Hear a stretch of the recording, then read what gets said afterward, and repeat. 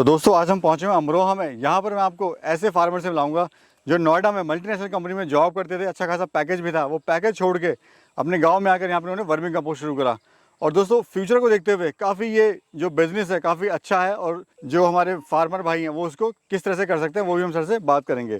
तो सर सबसे पहले तो सत श्री अकाल आपको। सत श्री अकाल सर। सर सबसे पहले अपना और अपने फार्म का परिचय दीजिए। सर मैं संदीप सिंह दीप ऑर्गेनिक से, ये विलेज शाहपुर अजेड़ा लगता है, पोस्ट एंड तहसील धनोरा और डिस्ट्रिक्ट अमरोहा में आता है, यूपी में जी। हाँ जी। तो सर आप जॉब करते थे, हाँ जी। जॉब को छोड़ने की क्या आवश्यकता पड़ी?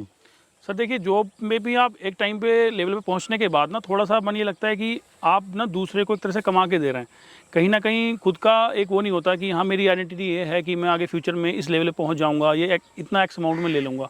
अपने बिजनेस में जॉब से अगर आप, मेरा मानना ये है कि आधा टाइम भी अगर आप लगाते हो ना तो काफ़ी हद तक एक अच्छा लेवल आप अचीव उसमें कर लेते हो और पर्सनल लेवल पे आपकी ग्रोथ होती है अच्छी। तो वहाँ मुझे लगा कि यार नहीं, अपना खुद का कुछ शुरू करना है। तो तब मुझे लगा, तो मैंने वहाँ अपना रिज़ाइन दिया। मेरा पैकेज भी ठीक ठाक था वहाँ उस टाइम पे, और वहाँ छोड़ के फिर तब मैंने यहाँ पे कंपनी स्टार्ट करी। तो वर्मी कंपोस्ट का क्यों विचार आया सर? सर वर्मी कंपोस्ट आने वाले टाइम की मैं श्योर कह सकता हूँ कि डिमांड है।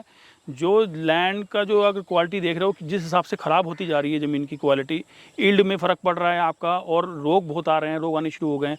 तो ये इकलौती ऐसी चीज़ है जो कम सीमित मात्रा में भी अगर आप उसमें डालते हो ज़मीन के अंदर तो वो बहुत अच्छी एक रिज़ल्ट जो है किसानों को दे रही है। और काफ़ी जगह पे लोग इसका इस्तेमाल करना शुरू कर चुके हैं। कुछ जगह जहाँ पे नहीं है, यहाँ पे अगर मैं बात करूँ तो अभी लोग को मैं मतलब इंट्रोड्यूस करा रहा हूँ कि हाँ भी मेरा ये प्रोडक्ट है, और इस तरह से आप अगर डालना शुरू करते हो तो रिजल्ट भी हैं उसके। तो जैसे ही शुरू में रिपीट कस्टमर मेरे पास अब आने शुरू हो गए हैं। शुरू में थोड़ी दिक्कत आती है बट अब ठीक चल रहा है। सर मार्केटिंग का बहुत बड़ा चैलेंज है सर इसमें। हाँ जी। तो शुरुआत में कैसे अपनी मार्केट बनाई अपनी? देखिए, मार्केटिंग के लिए तो सर आप ये लेके चलिएगा कि अपने प्रोडक्ट को थोड़ा लोगों को बताना पड़ेगा, जाना पड़ेगा खुद को, और थोड़ा सा एक डेमो के तौर पे कह लीजिएगा, किसानों को कन्विंस करना पड़ेगा कि सर आप थोड़ा सा, जैसे आप किसी के पास 50 बीघे की ज़मीन है, सर आप 2 बीघे या 3 बीघे में लगा के देखिएगा इसको अलग से बिल्कुल। इसमें इस तरह से प्रोसेस है इसका लगाने का कि आखिरी जुताई से पहले लोग इसको डालते हैं। तो लगाने के बाद तब उसको जब रिज़ल्ट आने शुरू हो जाएंगे तो डेफिनेटली वो कस्टमर आपका जो सेटिस्फाई हो जाएगा तो बाकी ज़मीन के लिए खुद भी लेगा और लोगों को भी बताया कि हाँ भी मेरी ज़मीन में रोग आने कम शुरू हो गए। अब रोग नहीं, इतने नहीं आ रहे हैं जैसे फ्यूचर में अभी देखेंगे आप, तो गन्ने में काफ़ी रोग है। तो वो कहीं ना कहीं इसको ये कंट्रोल करता है, ये इम्यूनिटी पावर ज़मीन की ये बढ़ा रहा है वैसे। तो सर जब आपने जॉब छोड़ी तो आपकी फैमिली में लोगों ने बोला नहीं यार आप जॉब छोड़ रहे हो, अच्छी खासी एक रहा होगा उस टाइम, चैलेंज रहा होगा आपके लिए भी? बिल्कुल। मन में भी डाउट रहा होगा कि सक्सेस होंगे नहीं होंगे? हाँ जी। तो वो क्या दौर था सर? सर देखिए, चैलेंज तो रहता है, माइंड में रहता है कि हाँ एक बड़ा डिसीजन लेने जा रहे हो आप, तो थोड़ा सा दिक्कत तो रहती है। बट थोड़ा सा एक सेल्फ वो रहता है कि हाँ भाई मुझे एक चीज़ करनी है, और मुझे पूरा विश्वास ये था कि मैं इस चीज़ को कवर कर लूँगा कहीं ना कहीं। तो थोड़ा मैं बैकअप लेके भी चला था जॉब के एक अमाउंट का, कि इतना मैं थोड़ा सा एक्स अमाउंट में पर मंथली सेव कर रहा था कि मैं इस चीज़ को शुरू कर दूँ। और शुरू करने के बाद मुझे पता लग गया था कि हाँ कहाँ क्या कमी चल रही है। धीरे धीरे करके सब कंट्रोल हो जाता है। तो थोड़ा सा देखिए, रिस्क, बगैर रिस्क के तो कोई बिजनेस शुरू होगा ही नहीं। रिस्क तो लेना पड़ेगा, रिस्क के बाद ही कुछ आपको अचीव होगा लाइफ में। तो कितने बैट से शुरुआत करी सर आपने? सर सिंगल बैट से तो मैंने एक बैट से तो स्टार्ट ही किया था। जैसे अभी अब तो खैर मेरे काफ़ी बेड हो गए हैं, 60 फीट लंबे भी हैं, 80 फीट के आसपास, 80 फीट के आसपास भी मेरे बेड हैं। तो एक बैट से तो मैंने शुरू किया था देखने के लिए कि हाँ भी बैट ये खाद बनती कैसे है, देख लूँ क्या गलतियाँ हो रही हैं, क्या हो रहा है। तो एक बैट से मैंने काफ़ी कुछ सीखा 2-3 महीने के अंदर ही। उसके बाद मैंने एक प्रॉपर कंपनी अपनी रजिस्टर्ड कराई, GST नंबर लिया।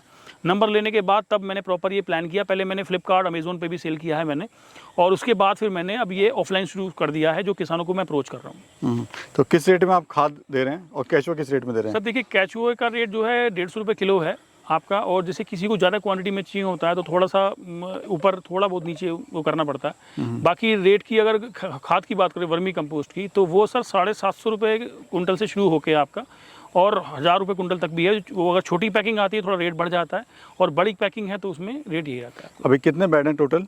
टोटल सर मेरे पास 70 प्लस ही बेड है मेरे पास, लेकिन ये सारे बेड अगर आप देखोगे 60 फीट से बड़े ही हैं, छोटे बेड नहीं हैं, क्योंकि जिस हिसाब से स्पेस था मेरे पास मैंने उस हिसाब से ही बनाए हैं।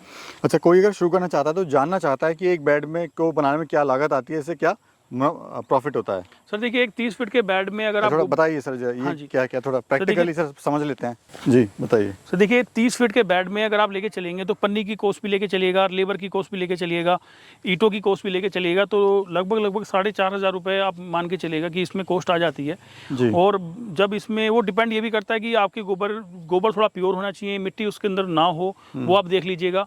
और तो आप अगर जब इसकी छनाई करके जब आप लेते हैं, जो कूड़ा वगैरह भी निकलता है इसके अंदर से, तो लगभग मेरे हिसाब से 6.5 से लेकर 7,000 तक भी आप इसको मतलब पहुंचा सकते हैं। 4.5 इन्वेस्ट किया आपने और 7.5 तक अमाउंट आपने निकाल लिया, ये मान के चलिए। अच्छा सर, लोग भी बड़े कंफ्यूज रहते हैं, गाय का गोबर लें कि भैंस का लें? सर देखिए, गाय का गोबर बोला जाता है कि बहुत अच्छा है, होता भी है, ऐसा नहीं है, बट कई बार अवेलेबिलिटी के ऊपर भी है। जैसे गाय का गोबर नहीं मिल पाता तो आप भैंस का भी इस्तेमाल कर सकते हैं, उसमें कोई ऐसा इश्यू वाली बात नहीं है।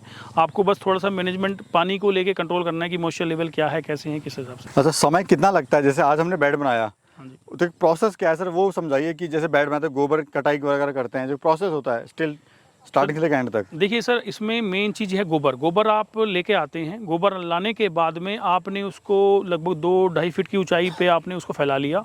उसको आपको ठंडा करना है, लगभग 7-8 दिन तक आपको हल्का का पानी उसमें छोड़ना है। और उसमें 1-2 कटाई अगर आप उसे फावड़े से किसी चीज़ की मदद से आप निकाल करते हैं, तो उसमें थोड़ा ये फ़ायदा है कि जो मीथेन गैस होती है वो रिलीज़ हो जाती है, और मीथेन गैस रिलीज़ होने के बाद में वो ठंडा हो जाता है, उसमें कोई गर्मी नहीं रहती। आप हाथ से डाल के चेक कर सकते हैं। 7-8 दिन के बाद उसे आप फिर बेड पे लगाइएगा। बेड सिस्टम वही है, 3 फीट की चौड़ाई रखनी है आपको, और 30 फीट जो भी आपकी लंबाई आप रखना चाहें। अगर 30 फीट लंबा होता है तो 30 किलो केचुए उसके अंदर डलने हैं।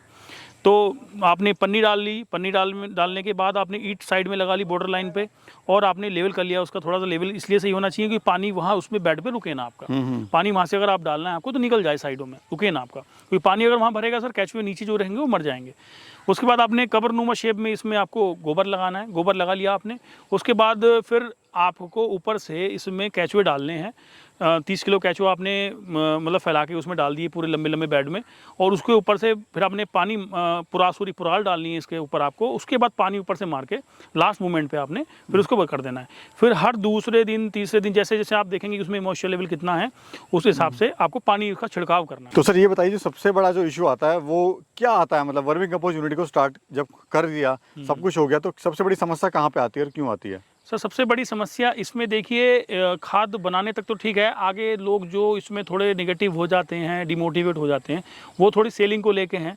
सेलिंग को लेके सर थोड़ा सा इसमें आपको पेशेंस थोड़ा रखना पड़ेगा आपको। जैसे कि ईल्ड चलती है, जैसे कि अभी फसल आने वाली है कोई सी, तो उस हिसाब से किसान को अप्रोच करना पड़ेगा, किसान के पास जाना पड़ेगा और थोड़ा सा उसको समझाना पड़ेगा कि मैं क्या चीज़ मेरे पास है और आपकी ज़मीन के लिए क्या चीज़ फ़ायदेमंद है।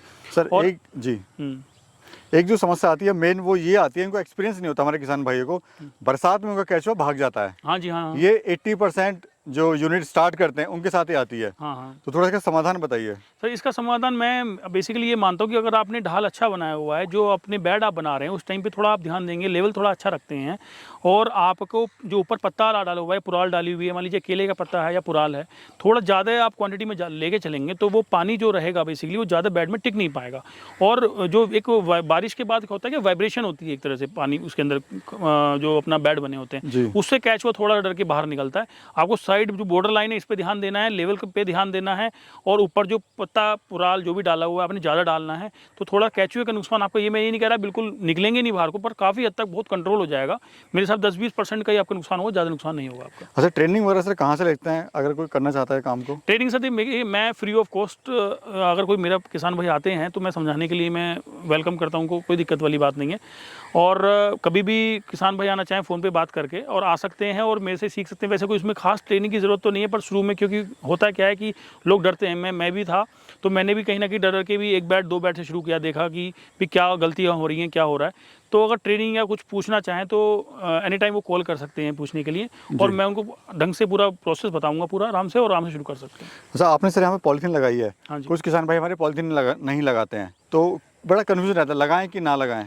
सर ये पॉलीथीन से ही रहता है, नीचे जो जैसे आपका जब आप गोबर डालते हैं, केचुआ जब खा रहा होता है गोबर को, तो नीचे क्या होता है कि आपका कई बार ज़मीन सॉफ्ट होती है, तो केचुआ नीचे चला जाता है खाते हुए ज़मीन को। उस पर पन्नी अगर रहेगी, पॉलीथीन अगर आपकी रहती है, तो उससे थोड़ा सा ये रहता है केचुआ नीचे नहीं जाएगा आपका ऊपर ही रहेगा, और आपके जो बेसिकली जो काम चल रहा है वर्मी कंपोस्टिंग में उसको खाने का, फीड कराने का, वो प्रॉपर वे में चलता रहेगा आपका। जी। हाँ जी, चलिए, बहुत अच्छी जानकारी दी आपने सर, और best of luck for your future. Thank you so much sir. Thank you sir, thank you. Thank you.